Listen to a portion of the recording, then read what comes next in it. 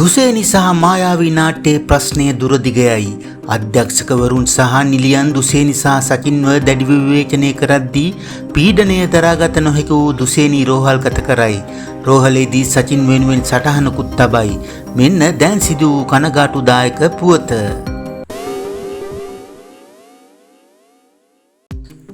මායාවී tele නාට්‍යයෙන් දුසේනි සිල්වාව ඉවත් කිරීමේ සිදුවීම මේ වන විට බොහෝ දුරදිග ගිය සිදුවීමක් බවට පත්ව තිබෙනවා.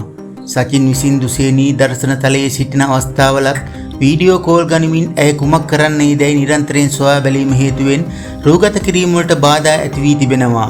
විනයක් නොමැති වීම නිසා ඇයව කිසිදු ටෙලි නාට්‍යයකට මින්පසු සම්බන්ධ කර නොගන්නා ලෙසට බොහෝ නළු නිළියන් සහ අධ්‍යක්ෂකවරුන් පවසා තිබුණා. දින ගණනක සිට ඇදී ගිය මෙම සිදුවීම දරාගත නොහැකි වූ දුසේනි රෝගාතුරව රෝහල්ගත කර සිටිනවා.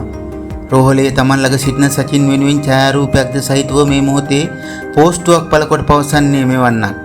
නිතරම මම ගැන හොයලා බලන ඕනම දෙයකදී මගේ ළඟ ඉන්න, මං ගැන දුක් වෙන සතුටු වෙන මගේ තාත්තට පස්සේ මට වැඩිපුරම ආදරය දුන්න මට හමුණු ප්‍රේමවන්තයා නුඹ, ආදරණීය පිරිමි ආත්මේ නුඹ. ඉතින් එයාට ටොක්සික් යයි කියනවා නම් මම ඒ ටොක්සික් ආදරයට දැඩිව ආදරය කරමි.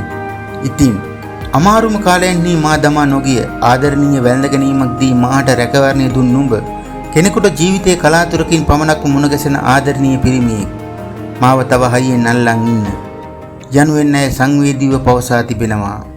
එසේම එය දුටු ඇයගේ රසිකයින් බොහෝ පිරිසක් ඇයට ඉක්මන් සුවය ප්‍රාර්ථනා කරන තිබෙනු දැක් ගන්නට ලැබෙනවා.